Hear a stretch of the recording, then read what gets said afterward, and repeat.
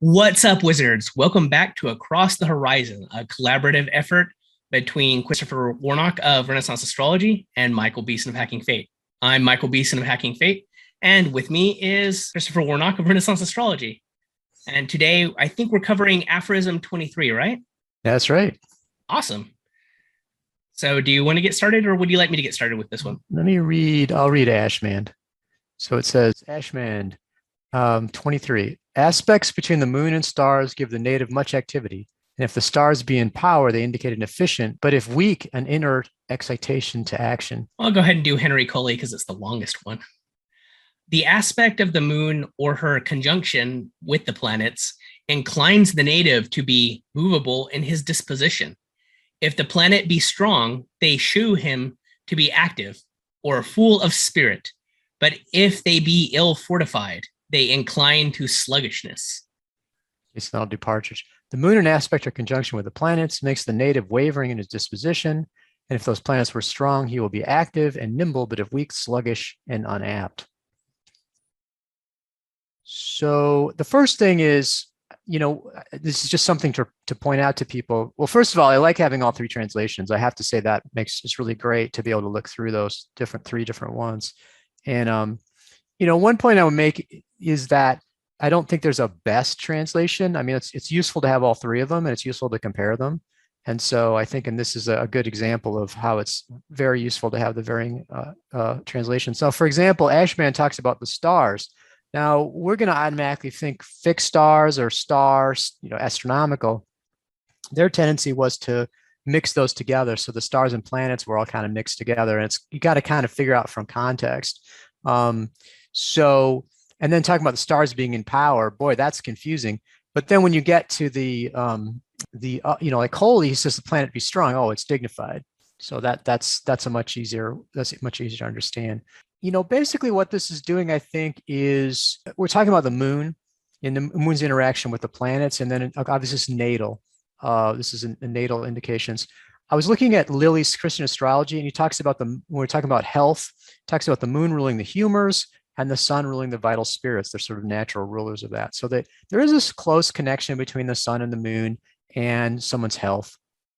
And typically when I do a natal, reading on health, I'll look at the ruler of the first house, and then also look at the moon and the sun as being natural rulers of, like I said, humors and vital spirits. So if you have the ruler of the first strong and the moon strong and the sun strong, then I say, well, you have a strong constitution, you have a strong ability to recover from illness.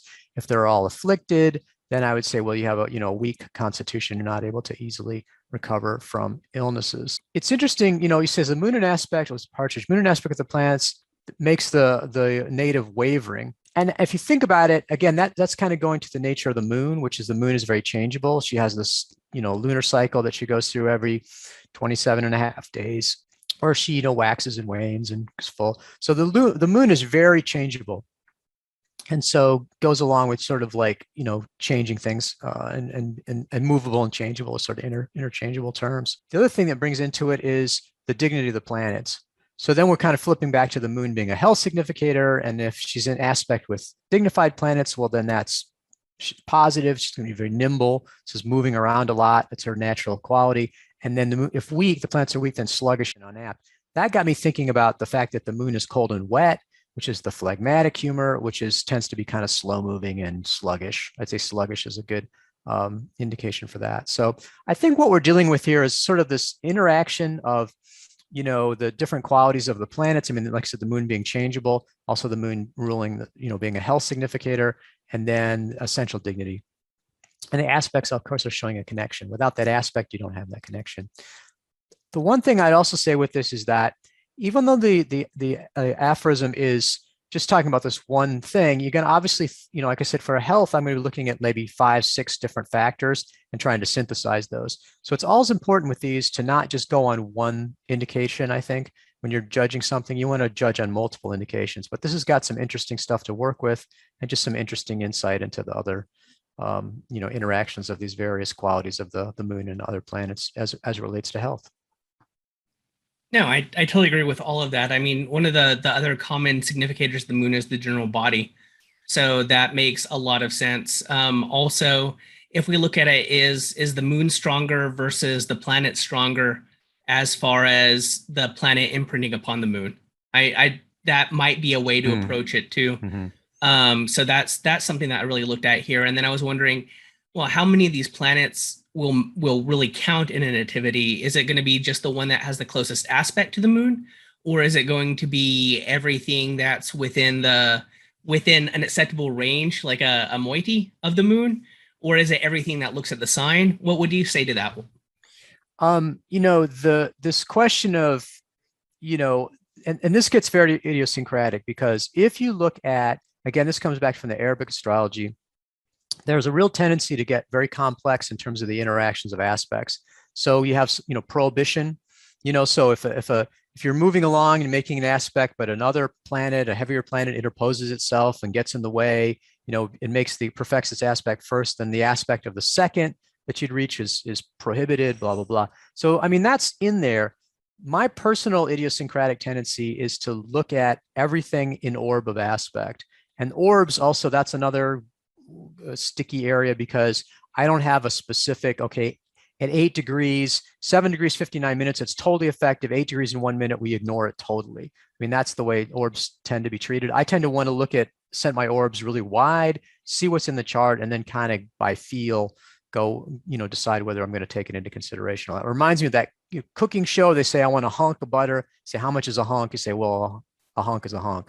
How many grams is that? I don't know. I instinctively know how much to use. And that's kind of how I get with orbs. It's not as if I'm like randomly just flipping them around, and sometimes it's only 3 degrees and other times it's 16 degrees.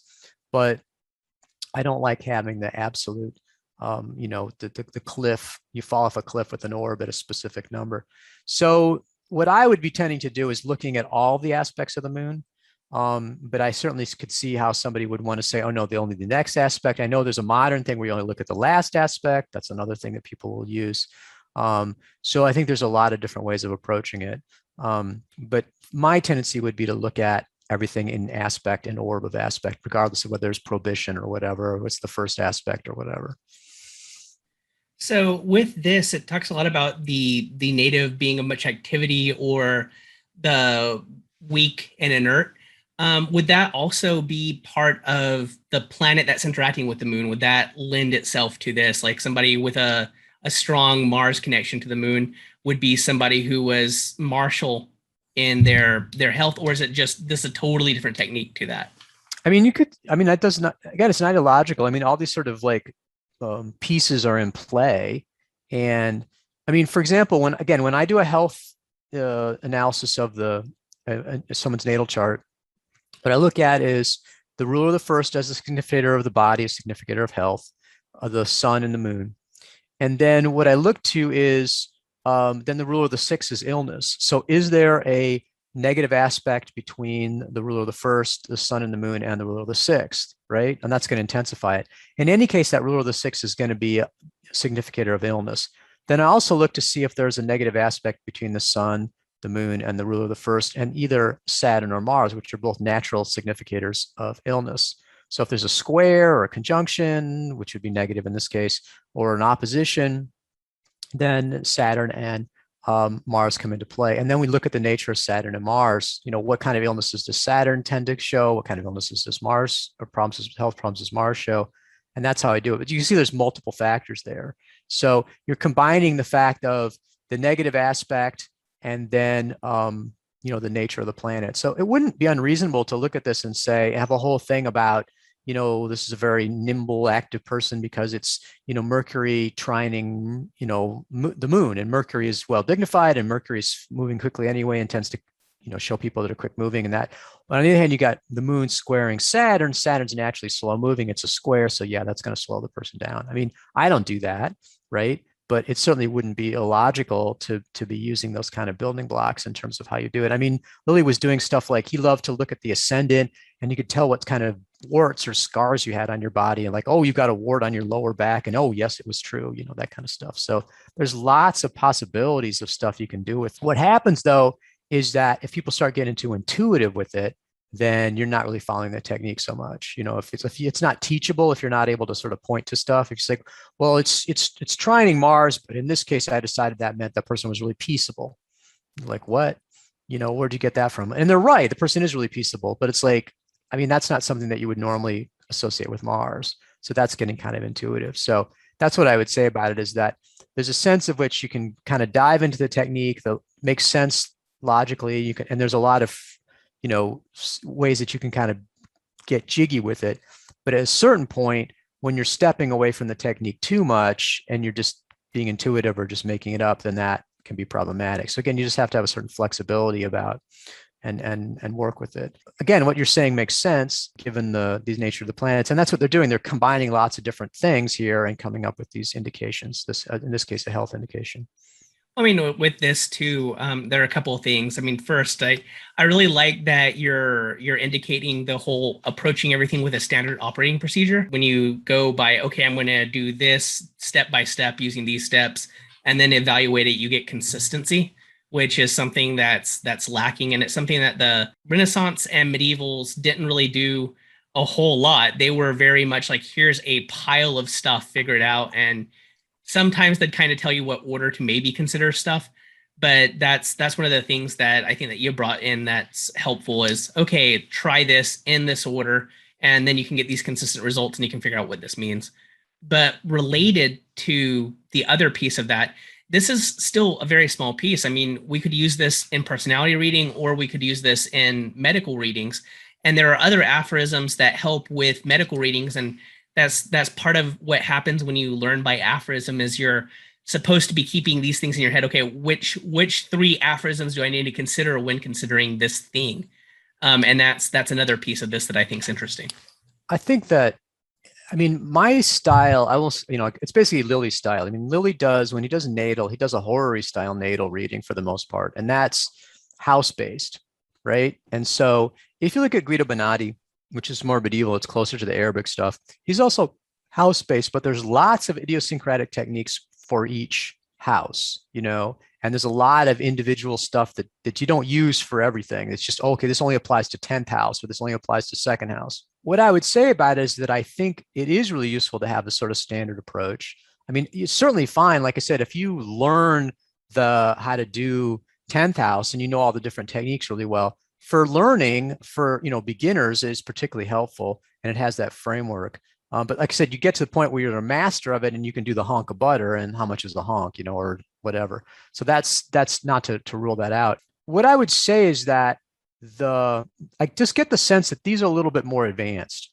That I think you'd have a good basic structure. Because when I come along and look at them, I'm like, oh yeah, that makes sense to me because I know all this other stuff. I think if you're trying to learn traditional astrology by reading aphorisms, you would get yourself in trouble really quickly, because just like you said, they're all sort of random, and some are really focused and others are really broad. You can use it for different things. There's sort of no rhyme or reason about how they're done. It's not very organized. So I think that is a more typical, I mean, the older the text, the less organized it seems to be. If you look at Picatrix versus Three Books of Occult Philosophy, right? Picatrix is 1,000. Three Books of Occult Philosophy is like 1,530, something like that. Three Books of Occult Philosophy is much more organized in terms of thematically. That may just be a consequence of the style of the time. I think that's what I would say about this is, like, I think to really get this, you need to have a little bit higher level of, basic level of the knowledge. If you're trying to look at this and figure out, do this, the typical, I'll just read a few books and lurk on websites, and then you run across the aphorisms, I think you would get yourself in trouble pretty quickly. I do agree with that as well. I mean, like, one of the things that I remember, I think it was Chris Brennan that was talking about Valens and how frustrating Valens is, because Valens assumes that you're getting instruction from him outside of the book, and the book's just to kind of be there to help his students who already kind of have the basics down and they know what they're doing, and it's more of a reminder and a reference. And I think that that's very true of all of the medieval Arabic works and the medieval European works, and even all the way up through Lily. I mean, even though Lily talks about democratizing astrology, I mean, you'd really want to be studying with somebody in addition to using Christian astrology. You wouldn't really want to go it alone. That's one of the benefits of working with somebody who teaches you. Yeah, I mean, the other thing about it is it's just the reality of a practical skill is that I don't care how good the book is, you're not going to be able to learn how to be a carpenter out of a book. It's impossible. Or a sailor. Oh, I'm going to sail. I read all these books. It's a great book. And like, it's not a very good book because I read this book, and after reading the book, I couldn't sail. It's like, well, it's just the reality is if you're going to actually be, and this is what we're doing is we're modeling reality, and that's incredibly complicated, but it has a lot of practical implications. I think you do need a teacher. So that's my bias. I mean, there's a lot of people out there that just, like I said, they're lurking on websites and they're reading stuff, and there's people who have gotten pretty good at it, but I don't think I could have done it that way. And that's again my bias. So it's like, and everybody's got to find their own path with it. But it seems to me it's a lot easier to have a teacher. But that's everyone has to decide that for themselves. I agree. And I've come up through IT, and you can get really far by playing with stuff yourself and by reading the manual. And that gets you to a certain level of competency. But then teachers really help you connect all the dots and translate that into functional skill. And I think that's also part of the secret sauce of the aphorisms, as we've been discussing, is, you really need someone to help you connect those dots.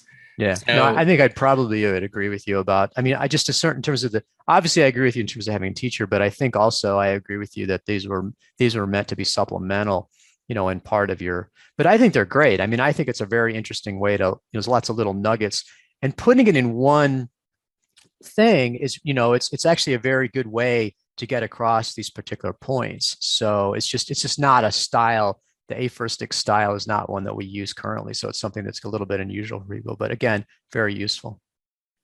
cool. So next time we'll be covering aphorism 24. Cool.